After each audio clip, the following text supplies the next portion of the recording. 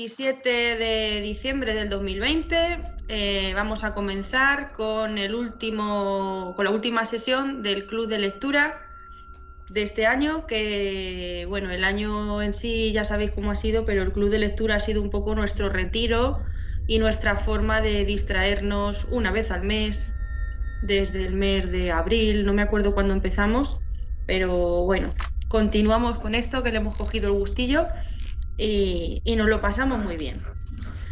Hoy toca el relato El guardavía de Charles Dickens y bueno, va a presentar mi compañero Rubén un poco al autor. Bienvenidos al séptimo Club de Lectura, nuestra séptima reunión. Charles Dickens fue un escritor británico, creó algunos personajes de ficción más conocidos en el mundo y muchos lo consideran el mejor novelista de la época victoriana. Dickens ha sido elogiado por muchos de sus compañeros, desde León Tolstoy hasta George Orwell, por su realismo, su comedia, su estilo de prosa, sus caracterizaciones únicas y su crítica social. En esta ocasión hemos decidido reunirnos sobre El guardavía, que es pues un relato victoriano más bien de estilo fantasmagórico. Y vamos a proceder a ello. Muy bien, pues el texto es un poco más extenso que los que hemos visto hasta ahora y no sé si alguien quiera romper un poco el hielo y comentar su primera impresión. Hemos tenido una incorporación de última hora que quizás si se quiere presentar y quiere comenzar o quiere hacerlo después. ¿Quién es la Hola, Victoria, te refieres a mí, ¿no? Al Carlos Fernández Bravo. Carlos. ¿Quién es? Carlos. Nos conocimos en el curso de Sumilla. Ah, hola Carlos. ¿Cuánto tiempo? ¿Cómo estás? Bueno, Sí, bueno, ¿verdad? me alegro de que estés por aquí. Bueno, Sí, bienvenido sí. al Club de Lectura. ¿Qué te ha parecido? Bueno, has empezado con un relato un poco de terror. Vamos siempre cambiando mucho el tema. Pero bueno, si quieres comentar tu primera impresión. No, acabo de incorporarme porque no sabía que necesitaba Teams, lo estoy descargando y entonces acabo. No me Vale. De acuerdo. Así pues que, mira, lo hacemos a la inversa. Me quedaré escuchando. Sí, pues nos sigues aquí en directo, puedes hacer además preguntas y luego a posteriori pues haces la lectura. Muchas gracias por entrar. Si no te importa, hoy estaré de espectador. Perfecto. Quiero conocer un poco vuestro funcionamiento. Sabes que luego soy participativo, pero necesito situarme primero. De acuerdo, Carlos, perfecto. Ya te digo que no hay problema. Aquí tenemos muchas maneras de hacer la actividad y cada uno ocupa el papel que elige y como tú dices al principio, no sabes bien cómo es la dinámica de la actividad. Bueno, pues no sé quién se anima. Bueno, estoy encantado de estar con vosotros. Sí, bueno, Carlos es encantador. Veréis cómo en las sucesivas veces hace los deberes y aporta mucho. Ok. Francisco. Venga. ¿Te arrancas? Bueno, pues venga, para romper el hielo, ¿no? ¿Qué se dice? Sí. Bueno, yo ahora mismo, para mí, una cosa que llama mucho la atención es esa sensación que a mí me recuerda, no sé, las fotos así antiguas de los mineros ingleses, ¿no? O de por ahí, ¿no? De realmente esa sensación cuando dice que hasta la tierra olía y que está todo oscuro, el terraplenes. Entonces me recuerda un poco la vida, un poco esta triste, digamos, porque allí hay poco sol, de esta gente inglesa, ¿no? De realmente cómo es esa tierra oscura y demás, ¿no? Cuando se ven esas casas tan oscuras, no sé, realmente esa para mí es cómo le da ambienta el paisaje en el que va a describir esta historia, ¿no? Realmente, esa sería para mí uno de los temas de las cuestiones a incidir, ¿no? No sé si otros compañeros del coloquio tienen por ahí otras ideas. Bueno, sacando el tema de la ambientación, más aportaciones. Esa es súper interesante, Paco. Más aportaciones. ¿Qué sensaciones tenéis con esa ambientación? A ver si se anima alguien. Sí, Yolanda ha suspirado, iba a hablar. Venga, Yolanda. No, Yolanda no suspira, pero bueno, Ha sé que suspirado. hablar se habla. Sí. Venga. Bueno, a mí la presentación del entorno me parece que hace como múltiples referencias al peligro, no solo por la ciencia, sino también por el color rojo. Pero sobre todo el ambiente me ha parecido un tanto sórdido, con la luz roja del farol, con la luz roja del túnel. El túnel me parecía más como un símbolo del paso al más allá, la vía del tren como el camino, la acción transcurre por la noche y luego sobre todo, bueno, pues un poquito que ese olor a tierra, esa oscuridad, todo ese ambiente que presenta, ¿no? Que pone cuya maciza estructura se desprende un aspecto rudo, deprimente, amenazador. A mí habla también de un gran calabozo, algo tenebroso.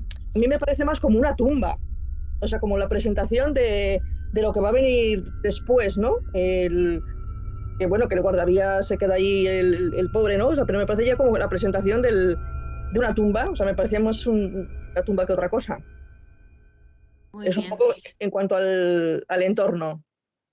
De acuerdo. María Ángeles, creo que has llegado. Hay una M. No sé si es María Sí, Ángeles. Estoy María aquí, Ángeles. sí. Llevo unos Venga, pues. minutillos. Buenas tardes, noches a todos. Buenas tardes. Buenas tardes, María Ángeles. Buenas tardes. Hola, María Ángeles. Bueno, pues estabais hablando de la ambientación, ¿verdad? Y Sí, Yolanda correcto. Yolanda me acaba de quitar más o menos las palabras que yo tenía. La cuestión es, lo ambienta de tal manera que para hacernos una idea de lo que va a venir a continuación. Esa era mi idea general. Muy bien, es una buena Sí.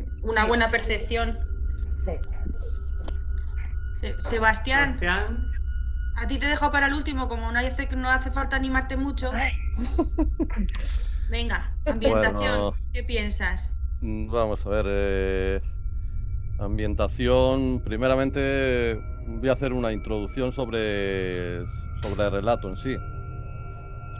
El relato sí está inspirado pues en accidentes ferroviarios que ocurrieron en Inglaterra entre 1861 y 1865.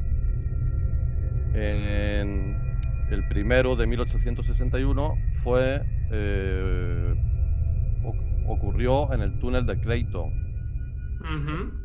Y el segundo en 1865 en Staplehurst, donde Charles Dickens iba en un vagón de ese accidente, donde cayeron 7 vagones por un puente y el suyo pues no llegó a caer y se libró de ese accidente, salió ileso.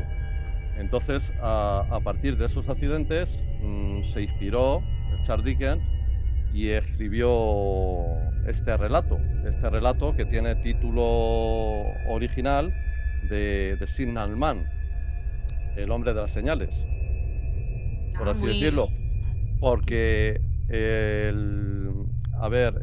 la causa del accidente ferroviario de Staplehurst fue un error de señalización, lo que ocurrió. Entonces, Descarriló. Sí, porque las señales no eran las adecuadas y no hubo un entendimiento.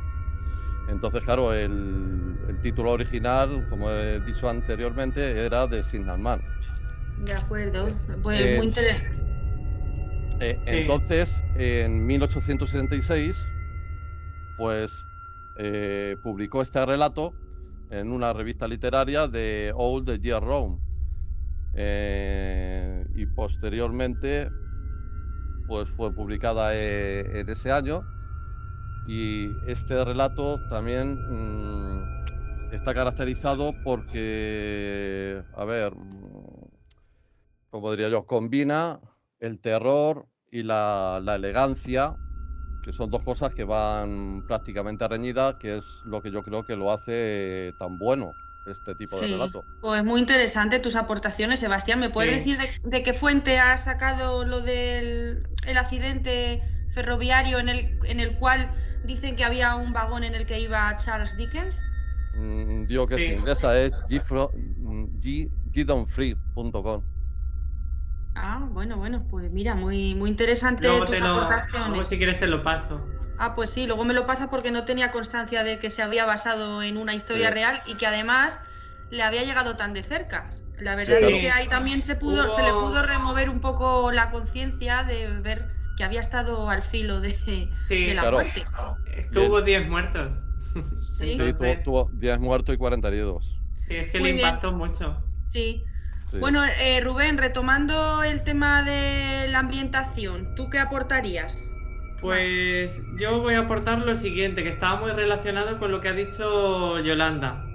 Yo lo que he visto, básicamente en la ambientación y según vas adentrándote en el relato, son como dos planos o dos mundos, ¿no? El de arriba, donde está la persona, que no sabemos tampoco el nombre, la persona que llama al de abajo, o sea, la parte de arriba sería para el ser humano, el ser vivo, para los vivos, y la parte de abajo sería más como el inframundo, que es como decía Yolanda, el túnel podría ser pues como el acceso al inframundo, donde están todos los fantasmas, todos los espectros. Entonces ahí lo que vemos en el guardavías son dos planos de la vida, o sea, los vivos arriba y los muertos abajo. Me ha recordado mucho, pues, que luego lo veremos quizás un poco, bueno, en la misma parte, en la primera parte, como el descenso al infierno, que se ve reflejado tanto en la Odisea, en el canto 11, como en el infierno de Dante, en la Divina Comedia. Entonces yo lo he relacionado así con esa ambientación porque es prácticamente igual como un ser vivo puede bajar al inframundo para solucionar distintos aspectos que luego ya iremos viendo más adelante. Vale, pues yo voy a añadir algunas ideas más. Sí que había señalado que había un mundo superior, pero no superior de más valiosidad, sino simplemente de dos diferentes estadios. El de arriba de los vivos, la luz, la zona de confort, y abajo la oscuridad, el mundo fantasmagórico o tétrico. Y luego también yo en cuanto al túnel, pues mientras que lo leía me estaba recordando un poco a la laguna Estigia, cuando Caronte cogía las almas para pasarlas en barco a la otra orilla. Un poco puede ser ahí una vía de comunicación. Aparte de eso, si os dais cuenta, en las primeras descripciones del rostro, en la página 1 y en la 2, del rostro de ese guardavía, lo describe primero como un hombre moreno y cetrino. Cetrino es un color amarillento verdoso, entonces eso nos da a entender que no le da la luz del sol, que está enfermizo, un poco también no sabemos, él está cumpliendo con su deber, pero quizá sí podría subir a la superficie y no lo hace.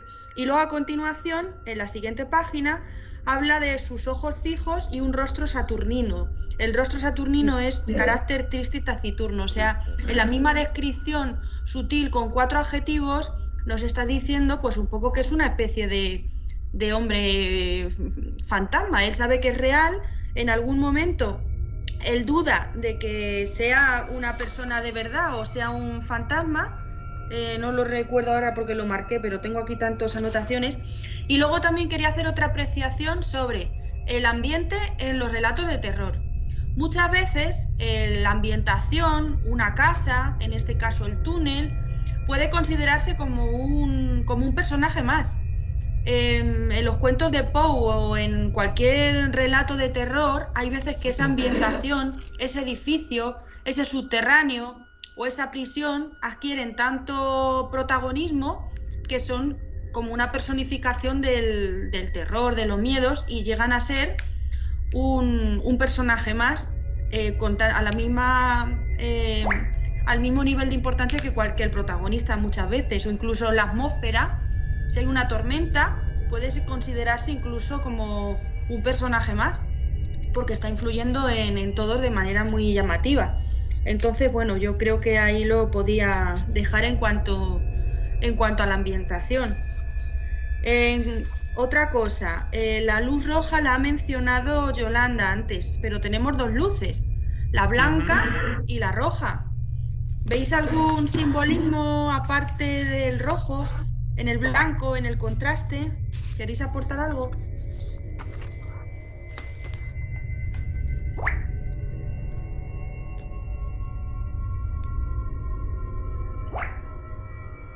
Es que lo de la luz blanca, no sé, la luz blanca al final del túnel, no sé, es un poco... Sí, pero la luz blanca es un poco como la seguridad, porque él le dice, cuando vengas mañana encenderé la luz blanca. Entonces es un poco también lo rojo, el peligro, y el blanco, la tranquilidad, un poco la protección, ¿no? Son como opuestas. Sí, yo he encontrado también sobre la luz blanca encendida continuamente. La luz blanca podría simbolizar también como el acceso hacia el mundo de los dioses, al mundo divino. Sí, Entonces, a saber, es que va todo relacionado, el relato va todo relacionado con ese tema. Porque, a ver, yo he visto algunas opiniones y lo tratan de un relato fantástico. claro. Para mi opinión, yo creo que la realidad es la pura realidad. Hombre, Más que fantástico. según se mire, Sebastián, porque en la realidad, sí, en la realidad existen los accidentes, pero ¿existen los presagios de accidentes? Existen. Ahí es que al final lo que están los presagios de la muerte que se diferencian según de qué cultura seamos. Hay veces que antiguamente, bueno, cuando los visigodos... Dime. Sí, de ahí que pone que el guardavías era filósofo, me parece, ¿no? O algo de eso. No sé si era filósofo o no, pero que los presagios, al final lo que quiere decir aquí que siempre había un presagio de que algo iba a pasar. Entonces los accidentes ocurren, pero los presagios, eso entra dentro del mundo de lo fantástico. Es que en el tema de los guardavías, si habéis conocido a algunos de los que han estado ocupando ese puesto de trabajo, siempre han dicho cosas de ese tipo. Y, a ver, yo he visto en el relato, como lo veo, la pura realidad, porque yo he conocido, como habrás conocido, no sé si habrás llegado a conocerlo tú aquí, Vitoria, los guardavías que había aquí en el pueblo, que estaban en las casetas que tenían y todo eso. No, eso yo no lo he conocido, pero que también tenían encuentronazos de estos. Sí, claro, todos hablaban. Sí. Y luego otro familiar que yo he tenido que se jubiló siendo guardavía, por ahí en el norte, en León, le pasaba lo mismo. Decían las cosas, dice, pasa esto, siento esto, veo esto. Pero lo que pasa es que, como dice en el relato, no podía decirlo porque, dice, lo primero que hacían era despedirte porque no estaba bien psicológicamente. Entonces, Bueno. estas cosas les pasaban, yo creo que o porque fueran más sensibles o porque tuvieran algo. Hay gente que lo vería y hay gente que no lo vería. ¿Por qué ocurrían estas cosas también? Porque las estaciones de Renfe ocurrían muchos accidentes, morían muchas personas. Y luego, aparte de eso, gente que se quitaba también la vida en ellas. Entonces, ahí ya estamos hablando de teorías supuestas y demás que dicen que la gente que se quita la vida se quedan vagando entre dos mundos distintos y se quedan ahí que no saben dónde ir. Entonces ahí también entra el túnel y la luz. Cuando dicen que la gente cuando muere ve la luz al final del túnel, entonces yo creo que va todo relacionado con ese tema. A ver, es una teoría interesante, pero yo sinceramente no había pensado en ella. Una vez que lo dices así, suicidios sí, accidentes sí, pero no sé yo, también hay una parte de la superstición en la que hay veces que te sugestionas y ves cosas que no sé, que a lo mejor la noche te crea tus propios fantasmas, como decía Goya en sus grabados. El sueño de la razón produce monstruos. Paco. Victoria, Sí. Victoria, Victoria y todos. Yo realmente también en lo que dice Sebastián estoy con él un poco, estoy con él en el aspecto de que yo de pequeño recuerdo de los accidentes y de cómo el guardavías se había equivocado o se había dormido. O sea, realmente esta gente que estaban allí solos, perdidos, tenía una responsabilidad tremenda y ya digo que yo recuerdo perfectamente de hablar de accidentes por el guardavías, porque se había equivocado. Bueno, el accidente que ha contado también que le pasó a Dickens, pues realmente es lo mismo, ¿no? Al final fue un error del guardavías. Entonces, esta gente, bueno, vivían también solitarios. Daos cuenta que estas personas estaban allí en un cruce o en un sitio que no hablaban prácticamente con nadie y tenían que estar pendientes del tren, ¿no? Solo. Además, lo relata muy bien, ¿eh? Lo relata aquí también en una de estas, cómo era su vida. Su vida era estar muy minuciosamente pendiente de las señales, etcétera, ¿no? Entonces, eso bueno, como apostilla a lo que decía Sebastián. Pero yo quería también... Es que va relacionado todo. Paco, continúa, por favor. No, quería comentar también una cuestión que para mí, realmente pensáis, o es una forma de describirlo, para mí esto no es de terror. Es otra... yo había apuntado aquí también de la forma tan diferente del terror, porque ahora mismo yo recuerdo la película El Resplandor, El Resplandor de Stephen King, o realmente, bueno, no hablemos ya La Matanza de Tessa o libros de este tipo, que para esas descripciones esto es para un niño de 10 años. Realmente aquí yo creo que la aportación que ha hecho de la elegancia con este terror o suspense o lo que podamos decir, realmente es lo que le da valor, le da mucho más valor a este escrito, porque ahora mismo yo lo pensaba que ahora se escribe de una forma mucho más brutal, el Tarantino, el otro tal, realmente son gente que te describen las vísceras de una forma exagerada, ¿no? Entonces, ¿esto es terror? Pregunto. O no Paco, sé si estoy abriendo otro debate. No, está muy bien tus comentarios porque mira, ahora nosotros lo leemos con ojos y conocimiento del siglo XXI y no somos muy supersticiosos, en los fantasmas creemos lo justo, pero cuando se escribió este relato, el tema de los fantasmas era también en la época en la que se empezaron a hacer las asociaciones espiritistas y tenían muchísimo contacto o muchísimo interés por conectar con el más allá. Había como una corriente absolutamente creyente en el tema de conexiones con el más allá, buscaban mediums y intentaban contactar con el más allá y creían firmemente que los fantasmas estaban entre ellos. Entonces, en ese contexto histórico y social, que Charles Dickens escribiera esto, porque nosotros nos habla un poco de presagios, hemos visto muchas películas, ya tenemos la piel menos fina que antes, estamos ya con más conocimiento científico, antes todo se lo achacaban pues a la buena, a la mala suerte y un poco a la superstición, aunque hoy en día también hay, pero el pensamiento, la mente de nosotros y la de los contemporáneos de Dickens son diferentes. Ellos sí podían pasar realmente miedo de pensar que había un fantasma o en la misma lectura, porque el fantasma va recurriendo porque aparece hasta 3 veces y la última es cuando está la indecisión, como es la ansiedad de saber que alguien va a morir pero no saber quién. Entonces ese presagio de muerte y por el aviso de un fantasma, pues incluso habrá personas, lectores de aquella época, que sintieran que lo habían vivido, pero un poco por la sugestión y a ellos sí, yo creo que sí les llegaría a dar verdadero terror el pensar que los fantasmas se te pueden aparecer en cualquier momento, creo yo, ¿eh? No sé, a más opiniones al...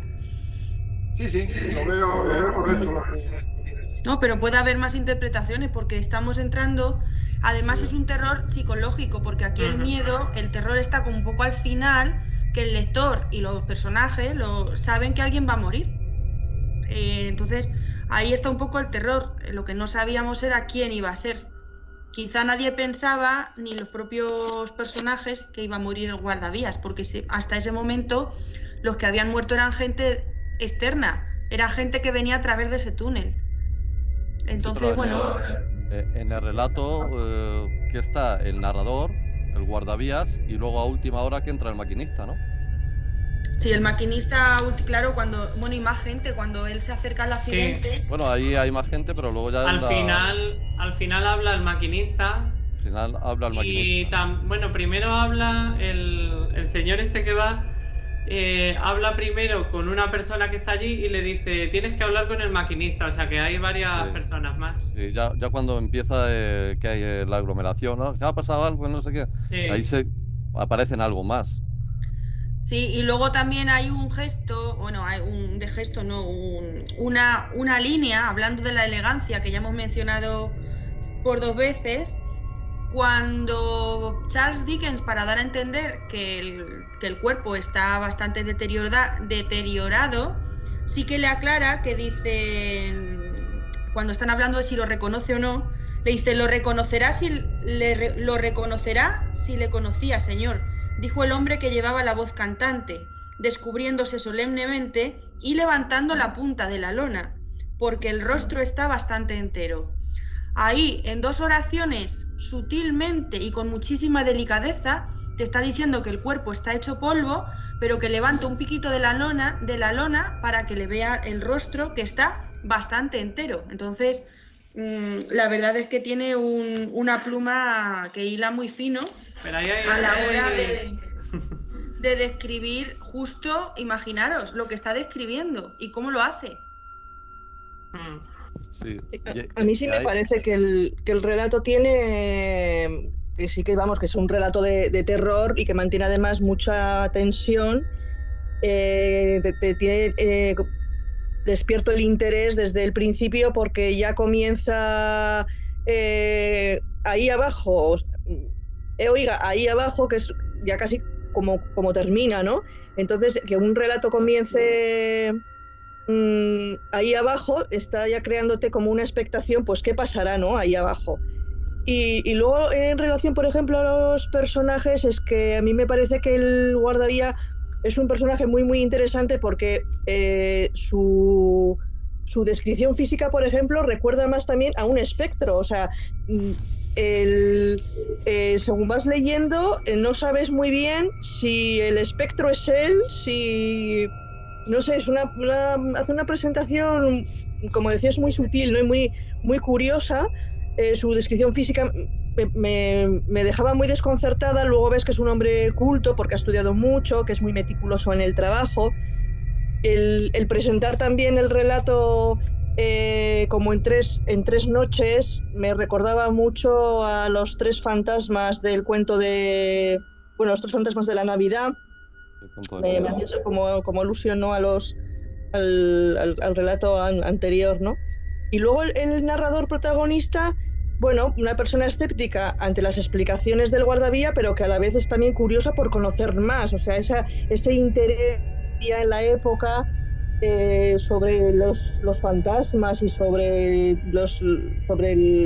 todo el tema de los espíritus y de todas estas cosas, ¿no? Pero claro, sorprendentemente el protagonista se convierte en espectro, ¿no? Porque es el que da luego la señal de peligro, que es la que cierra el relato.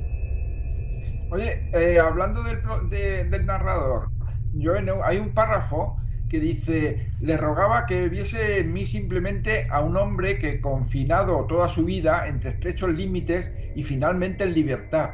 ¿Qué pensáis? ¿Es que este hombre ha salido de la cárcel? ¿Dónde vivía este hombre? ¿Quién es el narrador? No. ¿En qué párrafo es eso, Paco? ¿Al principio?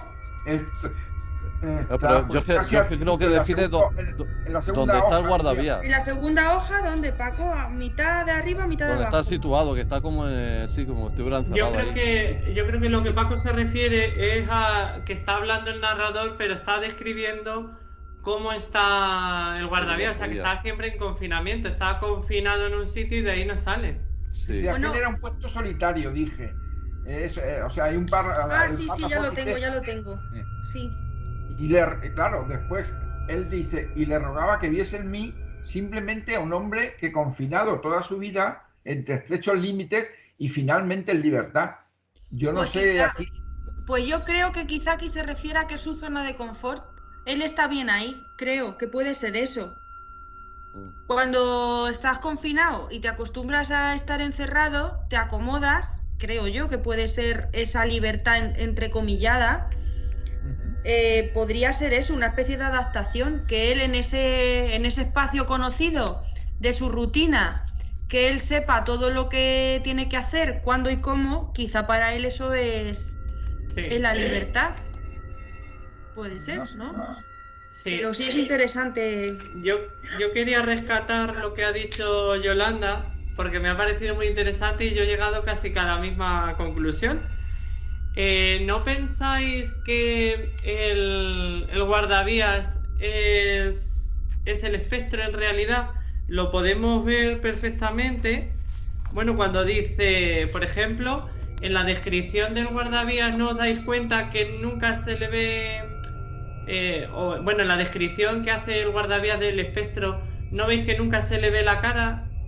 Y luego al final dice, aquí, como lo que habías leído tú antes, Victoria, dice, levantando la punta de la lona porque el rostro está bastante entero, o sea, que nos quiere, yo creo, conectar el espectro que se le aparecía al guardavías, nos quiere conectar con el guardavías, porque ahora ya sí que lo podemos conocer su rostro, y sabemos que el rostro es del guardavías. A lo mejor enlaza un poco ese presagio en forma de espectro. Es él, es el guardavías que ya era un fantasma. No, porque entonces no hubiera muerto. Yo estuve ahí en vilo también, yo en algún momento pensé que el narrador era el fantasma, pero por eso me fijaba, digo, a ver si habla con alguien o no habla con nadie. Y como al final hablaba con los que habían encontrado el accidente, pues descarté que fuera un fantasma, pero el guardavías tampoco podría ser. Pero mira al principio. El narrador en un principio, cuando le dice el de ahí abajo, pues lo que piensa el guardavías es eso, que es el espectro el que le está hablando. Sí, pero si avanzáis a donde pone en la segunda, no, en la tercera página, espera, 1, 2, 3, 4, en la sexta página dice, una noche de luna, dijo el hombre, estaba sentado aquí cuando oí una voz que gritaba, oiga, ahí abajo, y luego salta y dice, la voz sonaba ronca de tanto gritar y repetía, cuidado, cuidado, y de nuevo, oiga, ahí abajo, cuidado. Cogí el farol, lo puse en rojo y corrí hacia la figura gritando. ¿Qué pasa? ¿Qué ha ocurrido? ¿Dónde? ¿No veis que eso está relacionado con lo que dice el maquinista cuando ve al guardavías plantado en mitad de los raíles? Sí, es que le dice lo mismo, exactamente. Se tapa, le dice exactamente lo mismo. Yo creo que con un brazo se tapa la cara para no verlo. Con el brazo izquierdo se tapa la cara para no verlo. Y con el derecho diciendo, apártese, cuidado. Claro, es que es lo mismo, enlaza desde el principio al final. Enlaza el final con el principio, así. Oye, Francisco, adelante. Bueno, a ver, yo os leo, es que yo creo que aquí, precisamente en toda esta descripción, realmente el guardavías dice que él es humano. Realmente mis ojos estaban fijos en la campanilla y mis oídos estaban abiertos al sonido, y como que estoy vivo. No sonó entonces ni en ningún momento cuando lo hizo al comunicar la estación con usted. Negó con la cabeza. Todavía nunca he cometido una equivocación respecto a eso, señor. Nunca he confundido la llamada del espectro con la de los humanos. La llamada del espectro es una extraña vibración de la campanilla que no procede de parte alguna, y no he dicho que la campanilla hiciese algún movimiento visible. No me extraña, etcétera. Entonces aquí, no sé, realmente yo creo que él dice muy claramente que él es un ser vivo y que realmente, no sé, realmente aquí yo creo que lo describe con claridad. Sí, pero el ser vivo en realidad es el narrador que está diciendo, que yo no he visto nada, yo no he sentido nada. Bueno, puede ser que los dos sean seres vivos, humanos vivos, y uno tenga una sensibilidad, o uno tenga una sensibilidad y el otro no la tenga. A mí al final, yo he estado, a ver, algunas cosas son un poco ambiguas, pero cuando llegas al final y ves que hay un grupo de personas que están con un cadáver desfigurado, y hay otra persona que llega y le dice que sí, que ese es su amigo, porque de hecho dice amigo, que lo subrayé, porque dice, me dice a mí mismo, media hora hacia un lado y media, y así haré tiempo hasta el momento de ir a la caseta de mi amigo el guardavía. Entonces yo creo que tenemos a todos los personajes, por lo tanto creo que la visión o la campanilla que percibiera el guardavía pasaría por ser algo que solo percibía él. Es que la campanilla tenía, según el guardavías, tenía dos sonidos. Una era cuando lo llamaban de la estación y otro sonido de cuando era el fantasma o el espectro. Entonces sabía cuando sonaba por unos y por otros. Cuando lo llamaban de la estación sabía que lo llamaban, y cuando era el espectro dice, no, ya está aquí otra vez sonando porque era una vibración. María Ángeles, danos tu punto de vista. Bueno, pues la verdad es que Francisco pues me ha dejado un poco descolocada, porque, claro, y sobre todo Sebastián, al aportar todo lo que ha dicho sobre que es una historia pues casi basada en la realidad, pues me ha dejado descolocada. Entonces, esto viene a colación que yo recuerdo en la primera reunión que yo estuve con vosotros, que yo decía que claro, que en realidad hay que preguntarle al autor, porque que si estaba loca, que si no sé qué, que si en ese relato. La verdad es que, claro, al hacer todo lo que, al saber, perdón, todo lo que ha contado Sebastián al principio, pues es que es eso, en realidad de su cabeza no sale un relato, sale de la realidad que él tuvo. Entonces pues me he descolocado. Bueno, es una inspiración, no está contando tal como fue, porque él hace una historia inspirada en... Hay que tener en cuenta que él lo vivió. Entonces, bueno, pues de ahí salió un relato que, bueno, y luego hilando con todo lo que ha dicho Sebastián, es que es cierto. Yo conozco gente que ha sido guardavía aquí, lo conozco todavía, y sí dicen que pasaban muchas cosas extrañas. Entonces, igual Charles Dickens, pues luego, a raíz de lo que a él le pasó, pues lo que les ocurre a los autores y a la gente que quiere saber más, pues tendría alguna charla o varias charlas con distintas personas que se dedicaban a esto, no sé, pero vamos, yo la verdad es que en la vida hubiera pensado que esto lo vivió él, y menos todavía que es un relato de terror, no sé. Sí. Bueno, al final lo que vivió fue un accidente ferroviario y estuvo al filo de la muerte. Si su vagón no cayó fue por azar. Vale, pero de ahí le vino a esta gente que es tan curiosa y que y más que es escritor, pues no sé, yo estoy convencida de que de que se vio con gente y que le explicara y por qué y si tienes un error de una señal que puede pasar, vamos, que mejor que Charles Dickens no creo que lo contara nadie. A raíz, digo, de lo que yo he escuchado de lo que ha dicho Sebastián. Es que si tienes contactos con este tipo de personas de los guardavías, yo digo que la mayor parte de ellos están ahí, y muchos tienen miedo a no hablar por eso, porque diga, bueno, como son cosas que no se pueden demostrar, lo primero que piensa, no está bien mentalmente, está loco, no sé qué. Entonces tienen la opción de contarlo sutilmente, a lo mejor a un entorno cercano, pero nada más, para que no le den más importancia, pero son cosas que la han estado viendo. Y es más, si lo dice una persona que no tiene estudios, que desde los 7 años está trabajando, pero es que este guardavía había estado en la universidad, no lo aprovechó, de acuerdo, pero tenía sus estudios, terminados o no, pero era una persona cool.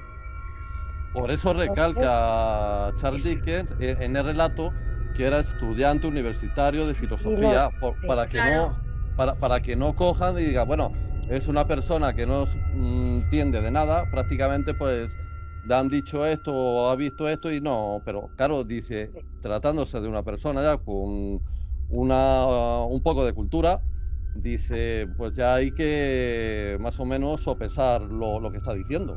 Sí, totalmente de acuerdo. Con ese gesto lo que está haciendo es dar credibilidad a sus palabras y le está dando peso a su testimonio. Ahora os lanzo una pregunta. ¿Por qué el guardavía, cuando baja el narrador abajo, ¿por qué le cuenta todo eso? ¿Porque no aguantaba más? ¿Porque no tenía con quién hablar y era la primera persona que veía en mucho tiempo? ¿Por qué pensáis que a un desconocido le puede contar todo eso que era tan tabú.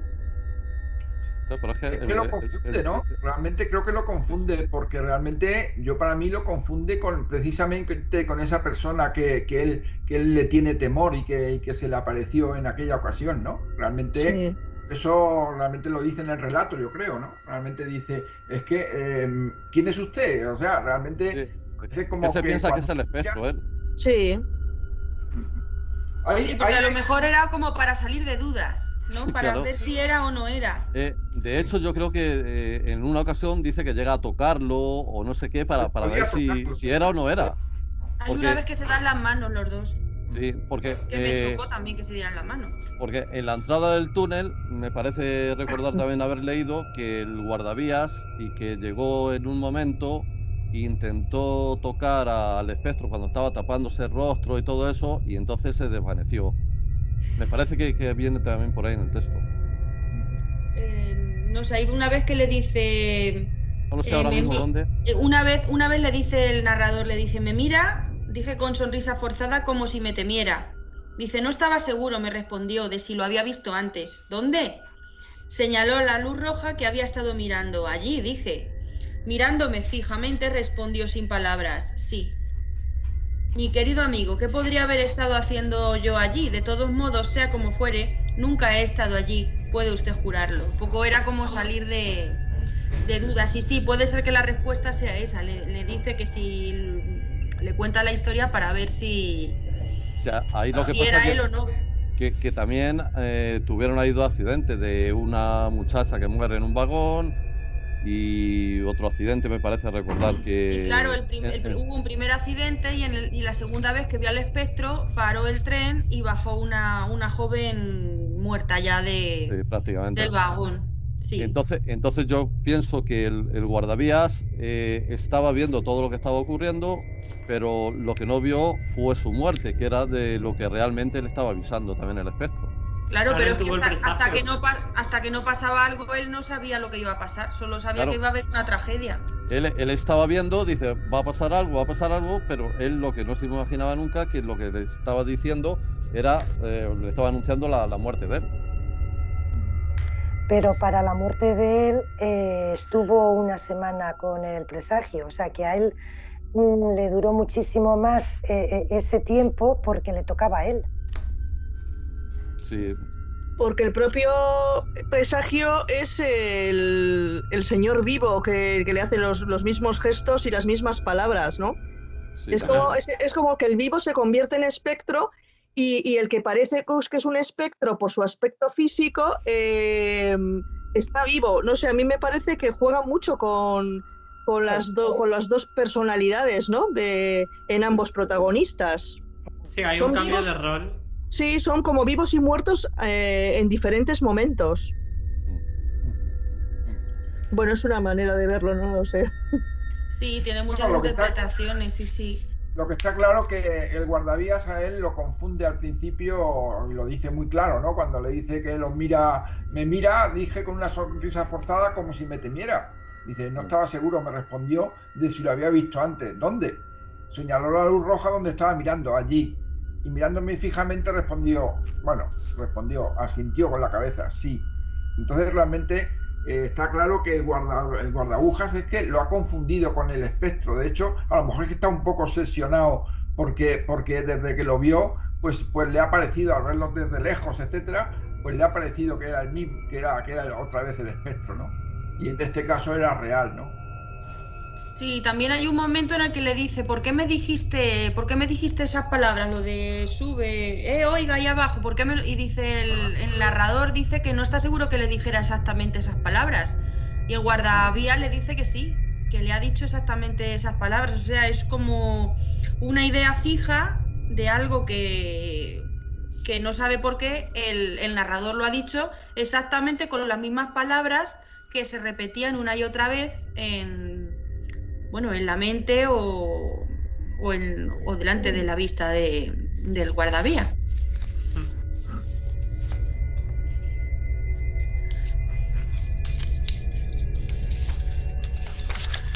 pues el relato en sí pues, está muy bien porque está representando lo que yo creo que quiere que represente él. Y ahí mezclan los dos accidentes ferroviarios, el del túnel, que lo pinta ahí, y el suyo propio. Sí, hay una mezcla de los dos, por lo que se ve, pero vamos, está basada en esos hechos reales, pero en realidad los sucesos que cuenta no son de verdad lo que sucedió. O sea, él hace una idea con los dos accidentes, pero no es ninguna víctima de las que cuenta en el relato, no es ninguna, no se ha podido demostrar. Y es que luego, claro, ahí juega ya con la luz roja en el túnel y la luz blanca. Lo de la luz roja, que también hay algo de simbolismo, pues casi al final, dice: no me avergüenza confesar que me volví más de una vez a mirar la luz roja mientras subía por el sendero. Y luego vuelve otra vez cuando dice: cuando la máquina salió del túnel estaba vuelto de espaldas y le arrolló, o sea que no miró, el guardavías no miró, pero el ser vivo, o sea, el narrador, que se supone que es el vivo, sí mira siempre hacia atrás. No sé si os recuerda algún mito eso, que al volver a mirar hacia atrás se fue su amada. No sé si os recuerda a Orfeo y Eurídice. El narrador siempre se vuelve a mirar hacia atrás a ver si sigue ahí la luz mientras subía por el sendero. Pero el guardavías se queda de espaldas y no mira a lo que le viene por detrás. O sea, quiere decir, ahí, vamos, hay una referencia a la mitología también, porque se ve claramente que la persona viva, que es la representación de Orfeo, siempre mira hacia atrás y el guardavías no mira, porque sabe, bueno, ya el presagio ya sabe lo que va a pasar. Muy interesante ese apunte mitológico, Rubén. Bueno, pues yo creo que hemos exprimido el guardavías bastante bien.